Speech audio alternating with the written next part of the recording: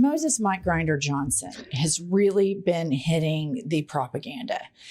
He is in front of the cameras nonstop, compulsively lying, gaslighting, projecting. It's almost like, you guys, once they start breaking a little bit for Trump, then all of a sudden they get all of this momentum and they're completely broken. You may remember like a couple of weeks ago, he was filming and he was very flushed, and it's like almost he could feel the dishonesty that he's doing. I think we've kind of moved past that. And Midas Touch has put together a video. And this is Moses Mike Grindr Johnson speaking about Joe Biden, but it sounds exactly like he is describing Kanks. Play the clip. Was checked out of his job for quite some time, and everybody knows it. And there was a cover-up with people around him who were they would give him scripts to follow. They would point him literally in the direction, stand here, sir, wave like this. And he didn't know what he was signing. So this is an executive order on flag burning? So there's all sorts of just incredible implications. It sounds like a terrible novel or something, but this is reality. He pardoned categories of violent criminals and turned them loose on the streets. He is pardoning some 1,500 January 6 rioters who have been convicted for participating in the attack on the Capitol 4 years ago. A January 6 rioter who was pardoned by President Trump has been arrested and charged with making a credible death threat against Democratic House Minority Leader Hakeem Jeffries. You can't allow a president to check out and have unelected, unaccountable, faceless people making massive decisions for the country. Pumps. Here's the thing about Mike Johnson. Oh, I'm sorry. Moses Mike Grindr Johnson. I apologize. Mm-hmm. He fucking lies with reckless abandon. And I want to tell him, your Lord and Savior put in the commandments, thou shalt not lie. So, dude, in addition to all your other shady shit, we all see it. He is an abomination towards Christianity, towards people in general. And he has reduced his leadership in Congress to being that of shit on the bottom of somebody's shoe. And also, let's just take a moment that the government is shut down. We have a man who is able to brag about identifying a giraffe on a test that is in charge of the everything, like in charge of the entire federal government, right? And the government shut down. One man could make a difference. Yep. And that little man is little Moses Mike Grindr Johnson. He could have some conviction, but instead the government shut down. The poorest people in this country are going to hurt the most. And with most MAGA policies, they are exploiting off of the poor, and the poor take the hits the most. And he is on television talking about Joe Biden. It is Jover. The Joe Biden shit is over. It is over. The buck stops with Kanks. And everything he said perfectly describes what Kanks is doing. And there's this interesting psychological case study that's like the more Kanks does something, the more they come out and project that the other side is doing. But every accusation is a confession, and it's getting worse and worse. Here's little Moses Mike Grindr Johnson on Zoran Mamdani. Play the clip. They fear the Marxist insurgents like Mamdani more than they fear families and children going hungry. That's crazy. He says that people fear a Marxist insurgent. And, you know, this is what the Democrats really, really need to message about how lame and tired and old and pathetic the fear mongering is from MAGA and from Republicans at large. Their default setting is to scare you. And in actuality, you should be very scared of their policies. And I think the question comes right now for a lot of Americans. You have to think about what they're doing in totality to the whole country and the cascading and generational effects this is going to have. So some white Americans in our socioeconomic group might not be affected right now, Pumps. But at some point, if this keeps going and they keep tearing this down, everybody will be affected from this. even the very oligarchs that bend the knee have found out in Vladimir Putin's oligarchy that they get pushed out of windows and their companies get taken over. Nobody is safe with this shit. And I am just so tired of the pathetic, lazy fear mongering. Well, here's the deal. A lot of these people are very simple people. They're very low information voters. And the Republicans are scaring them that illegal aliens are getting health insurance. That is a lie, but they don't take the time to check it out. And I've kind of, I believe that Mike Johnson and the Republicans and Donald Trump, they like the fact that people will be hungry on Thanksgiving. I think they enjoy it because if they didn't, they could do something about it. This whole regime, as I look at it from bird's eye view, it's about hurting people and cruelty. It is so stunning that you have a Speaker of the House that doesn't give a shit that 40 million people are going to be hungry. He doesn't care. All right. And then moving along, here is Moses Mike talking about how tired he is with the government shutdown. Play the clip. In Washington, the work has gone on in earnest as well. People keep commenting to me, you look so tired on TV. I am so tired because we're not sleeping a lot. We're working overtime. Here in Washington, our House committees have continued to conference together and do all the work we can to ensure legislation. Okay. And then the Lincoln Project Masterclass Trolling says, up all night on Grindr, no doubt, because Johnson's saying he looks so tired.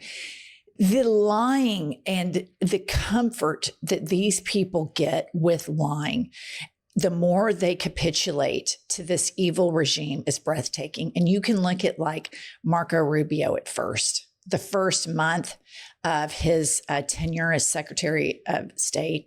You could see when they were browbeating and bullying Zelensky, you could see Marco like having a physical reaction to it. And the more they succumb to this regime, the worse and worse they get. And then it gets easier. And now we're at the state where for all of these players in this fascist regime, they are able to execute these lies and the disintegration of our Constitution with ease. And that is really, really chilling to me. Moving along, because little Moses Mike Grindr Johnson will not stand up for anything. The corruption in this administration is next level. Remember that these are the people pumps that lost their minds over Hunter Biden. They falsely claimed him of double dealing in Ukraine, but more recently, they got upset that he was an artist and he had an art show, right? So put up this headline, this tweet. Ron Filikowski of Midas Touch. Trump org's income in the first half of 2024 was 51 million. In the first half of 2025, it rose to 864 million. A massive percentage came from foreigners. It should be the biggest scandal in the history of American politics, but few even care. And this is what is so important. And I wish the Democrats at large would start messaging this, that they only have conviction or care about the appearance of double playing or double standards or dubious activity if it's their opponent. When they can enrich themselves and enrich their friends, they flagrantly do it and take victory laps and kind of say, yeah, we get to do it. Fuck you. What are you going to do about it? Well, and the answer clearly is they're not going to do anything about it. But when you look at going back to Joe Biden, Hunter Biden, all of those things, you look at this media echo chamber. They can't talk about what their economic policy is doing. They can't talk about health insurance policy because they don't have one. They can't talk about inflation numbers and on and on and on. So they're talking about Hunter Biden. They're talking about Hamburger Helper. They're talking with Kid Rock. They're lying to people because they know how impossible unpopular their policies are. And I look at Trump and I'm like, is there a bigger example of accepting bribes? Like, I would think that would be the easiest, biggest layup of all time if we ever get an unbiased Justice Department, because I dare say that this is a violation of a gazillion laws. And this motherfucker is taking bribes out in the open and nobody's saying anything about it. All right. And then here we go. This is, we have Moses Mike Johnson that's protecting billionaires and protecting pedophiles, the biggest one of which would be his boss, Kanks, who just identified successfully a giraffe on a piece of paper. And then you have these oligarchs who have ascended in capitalism. They have done a great job at being capitalists, and they feel like they are under attack. There is zero patriotism. There is zero gratitude for all of the American workforce that buys their product, puts all the labor hours in that helps their hedge funds make sense. None. They are billionaires and they feel like they should get more. And they are terrified of Zoran Mamdani, a mayor in New York City. And to think that these guys have never been vulnerable a day in their lives, that they're scared of a mayor. He's going to be mayor. There's still going to be checks and balances on this guy. But here is Bill Ackman, who is just a complete nut. I mean, zero gratitude, thinks the whole world, the presidency, everything should be catered to his personal interests, and that his opinion and his checkbook matters more than anybody else's on the planet. And David Sirota on Twitter has some really good analysis on this. Put this tweet up, Kylie. A group of literal oligarchs bewailing socialism at a gathering inside a kingdom ruled by an actual monarch is a bit too on the nose. And so Bloomberg TV reports that Bill Ackman says having a socialist mayor would be catastrophic. And he goes to an event in Saudi Arabia, and he is so tone deaf. And he absolutely does not understand the irony of him being in Saudi Arabia, where this monarchy kills journalists, dismembers them, turns them into acid, and pours them down the drain. And he has the audacity to walk into that country and say he's scared of Zoran Mamdani. It is so breathtaking that these billionaires are that entitled, and the lack of gratitude and saying, you know what, I've done really well with unregulated capitalism. And there are some billionaires like Warren Buffett who have pledged to give away like 99% of their wealth. The ones that are clinging on and surrounding Donald Trump, these are really awful people. And it's making the case, even for me, like I used to say, well, if somebody's a billionaire, they're a billionaire. But it's making the case that if being a billionaire makes you this big of a piece of shit and you think you're entitled to more, and you're so terrified, Bill Ackman, of paying 2% more in taxes, while Trump's big, beautiful, heaping pile of dog shit raised the taxes on the working class without raising their wages. We're talking 10, 15% on them. A working family's insurance premiums could go up $25,000 a year, and Bill Ackman is having a stage 5 meltdown in Saudi Arabia of all places. Are you kidding me? All right, that's all we have for this episode. Like, subscribe, pumps, model our book. Here's our model. Linked right below in the show notes. We'll be back later with more news.